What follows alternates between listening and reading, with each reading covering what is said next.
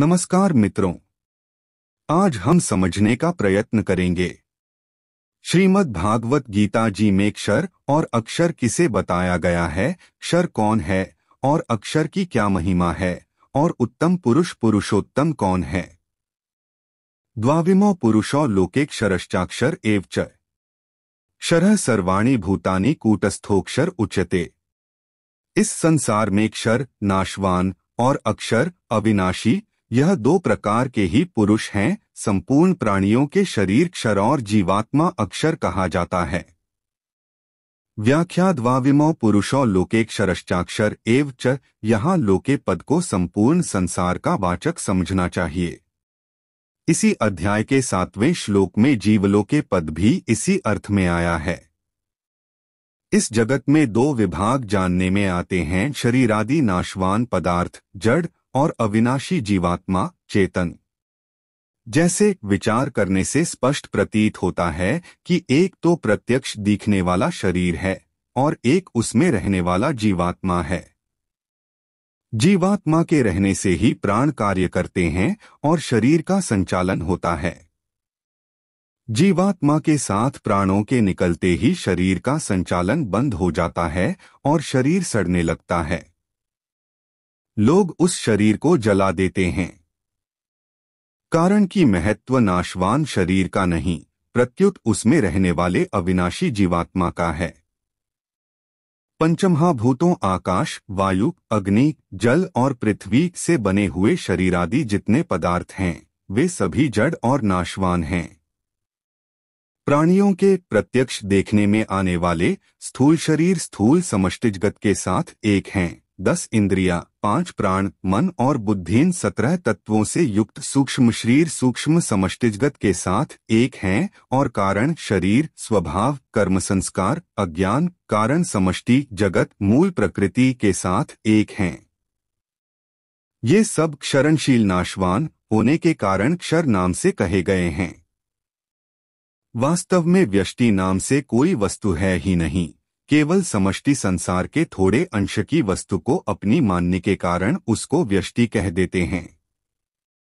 संसार के साथ शरीर आदि वस्तुओं की भिन्नता केवल राग ममता आदि कारण मानी हुई है, वास्तव में है नहीं। मात्र पदार्थ और क्रियाएं प्रकृति की ही हैं। इसलिए स्थूल सूक्ष्म और कारण शरीर की समस्त क्रियाएं क्रमशः स्थूल सूक्ष्म और कारण समष्टि संसार के हित के लिए ही करनी हैं, अपने लिए नहीं। जिस तत्व का कभी विनाश नहीं होता और जो सदा निर्विकार रहता है, उस जीवात्मा का वाचक यहाँ अक्षर पद हैं। प्रकृति जड़ है और जीवात्मा चेतन परमात्मा का अंश होने से चेतन है। इसी अध्याय के 3 श्लोक में भगवान ने जिसका छेदन करने के लिए कहा था, उस संसार को यहाँ क्षरः पद से और 7वें श्लोक में भगवान ने जिसको अपना अंश बताया था, उस जीवात्मा को यहाँ अक्षरः पद से कहा गया है। यहाँ आए क्षर अक्षर और पुरुषोत्तमय तीनों ही शब्द गीता में तीनों लिंगों में आए हैं। इससे यह समझना चाहिए कि प्रकृति जीवात्मा और परमात्मा न तो स्त्री हैं, न पुरुष हैं और न नपुंसक ही हैं। वास्तव में लिंग भी शब्द की दृष्टि से है, तत्व से कोई लिंग नहीं है। क्षर और अक्षर दोनों से उत्तम पुरुषोत्तम नाम की सिद्धि के लिए यहाँ भगवान ने क्षर और अक्षर दोनों को पुरुष नाम से कहा है। क्षरः सर्वाणि भूतानि इसी अध्याय के आरंभ में जिस संसार वृक्ष का स्वरूप बताकर उसका छेदन करने की प्रेरणा की गई थी, उसी संसार वृक्ष को यहाँ क्षर नाम से कहा गया है। यहाँ भूतानि पद प्राणियों के स्थूल सूक्ष्म और कारण शरीरों का ही वाचक समझना चाहिए, कारण कि यहाँ भूतों को नाशवान बताया गया है। प्राणियों के शरीर ही नाशवान होते हैं, प्राणी स्वयं नहीं। अतः यहाँ भूतानि पद जड़ शरीरों के लिए ही आया है। कूटस्थोक्षर उच्यते इसी अध्याय के 7वें श्लोक में भगवान ने जिसको अपना सनातन अंश बताया है, उसी जीवात्मा को यहाँ अक्षर नाम से कहा गया है। जीवात्मा चाहे जितने शरीर धारण करे, चाहे जितने लोकों में जाए, उसमें कभी कोई विकार उत्पन्न नहीं होता, वह सदा ज्यों का त्यों रहता है, गीता 8वें अध्याय का 19वां और 13वें अध्याय का 31वां श्लोक। इसीलिए यहाँ उसको कूटस्थ कहा गया है। गीता में परमात्मा और जीवात्मा दोनों के स्वरूप का वर्णन प्रायः समान ही मिलता है।